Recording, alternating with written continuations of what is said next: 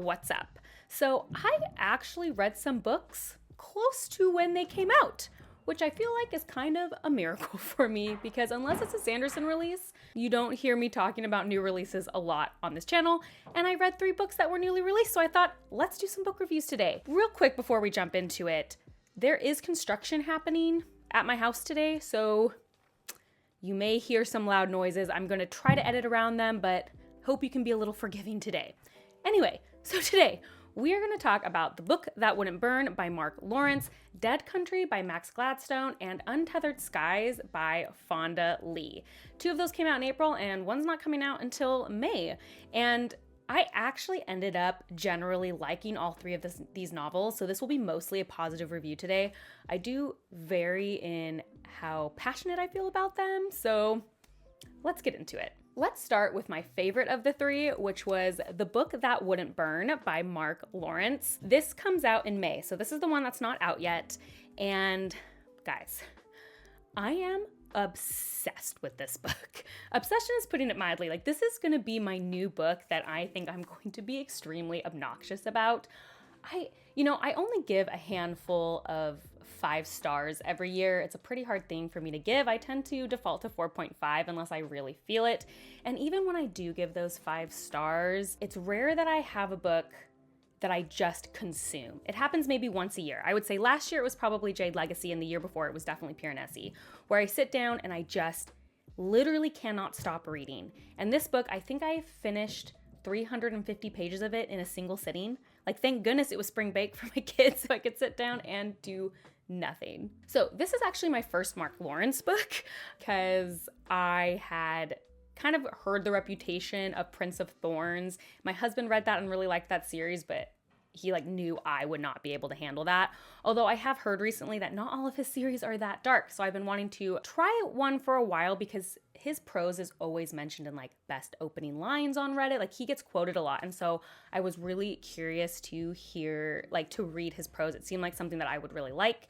And so I am doing SPFBO, which judging Mark Lawrence's competition. So he reached out to me and a lot of the other judges about reading his new book, and I was very excited for that opportunity. And before I get into more of the review, I would like to say that this isn't grimdark in any way. So if you had that same worry as me, and that's the reason you have put off reading Mark Lawrence, this actually was filled with hope, and it had the normal dark parts of any fantasy. There's always violence and things like that in a fantasy, but this was nowhere close, in my opinion, to grimdark or even gritty. It really wasn't at all. And no anti-heroes. This is pure heroes, good guys that you're rooting for. Okay, so this book follows 2 main characters, Livira and Ivar, who live in different places. We start with Livira, who lives out in what's called the dust, kind of in the middle of nowhere, and yearns for something different, something more. She's not really happy with her situation in life. And then there's Ivar, who is trapped in a library, and he's been trapped there for decades and lives there with his siblings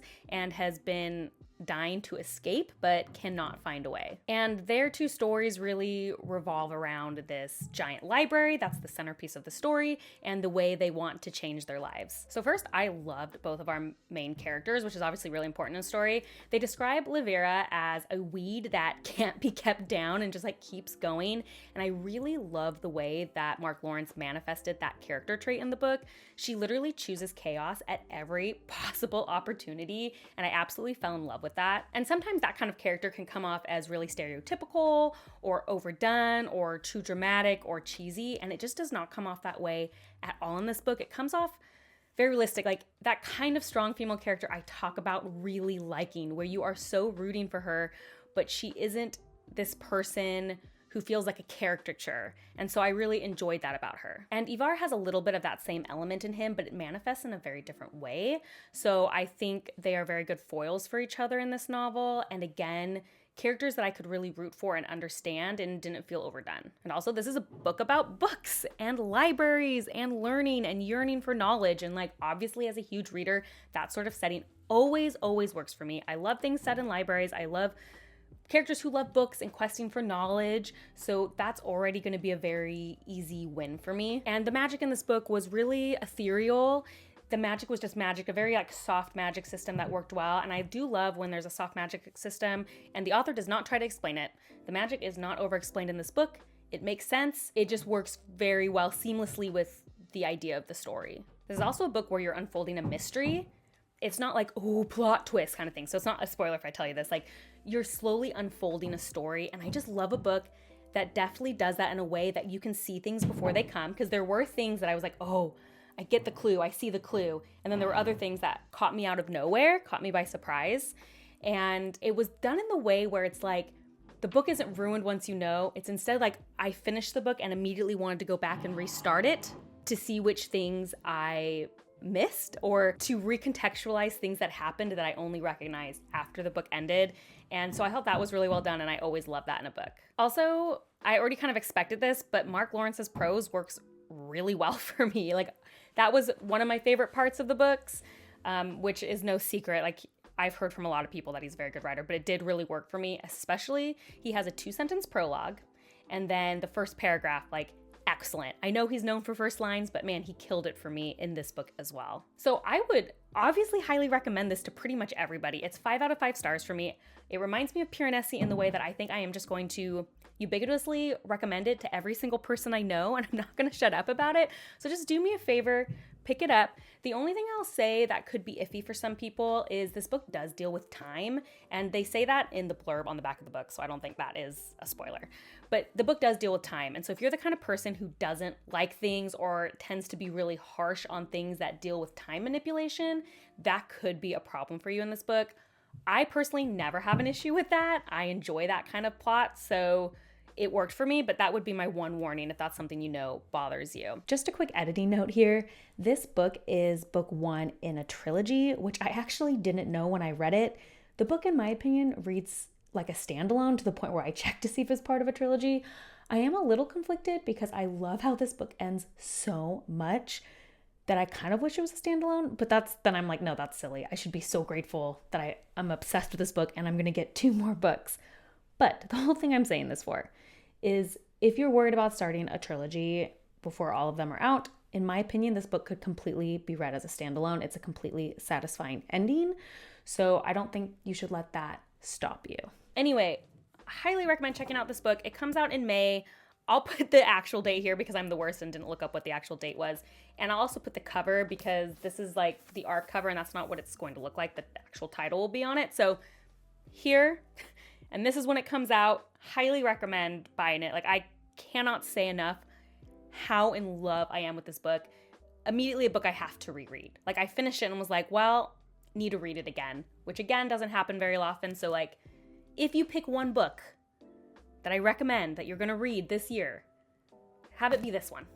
Okay, next up I want to talk about the novella Untethered Skies by Fonda Lee. I obviously pre-ordered this ages ago. You guys know I am obsessed with the Greenbone Saga by Fonda Lee as well, and so no brainer, I was going to pick this up immediately.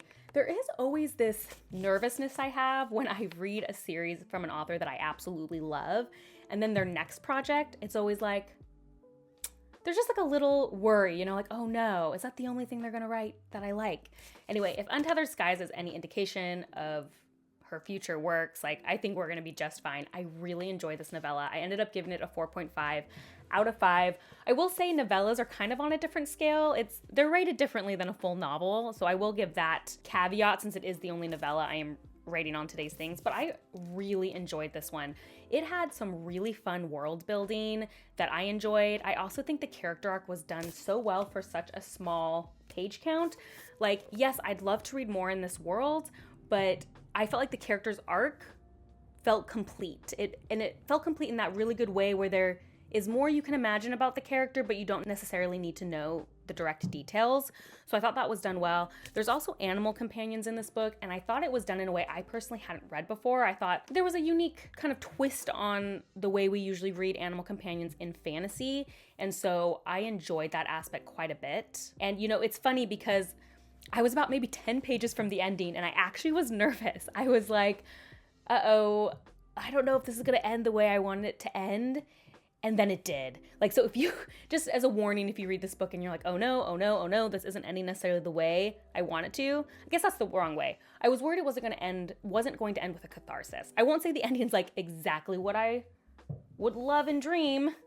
if we always want something happy to end, there was a great catharsis that ended with the kind of themes of the novel and character arcs. So I was really, really pleased with it. I also was really invested in the characters. Like, I really cared for them, and I can always kind of judge that by how stressed I am when bad things are happening. And I definitely felt the tug on my heart while things were happening. So I just think it was really well done. It is super short.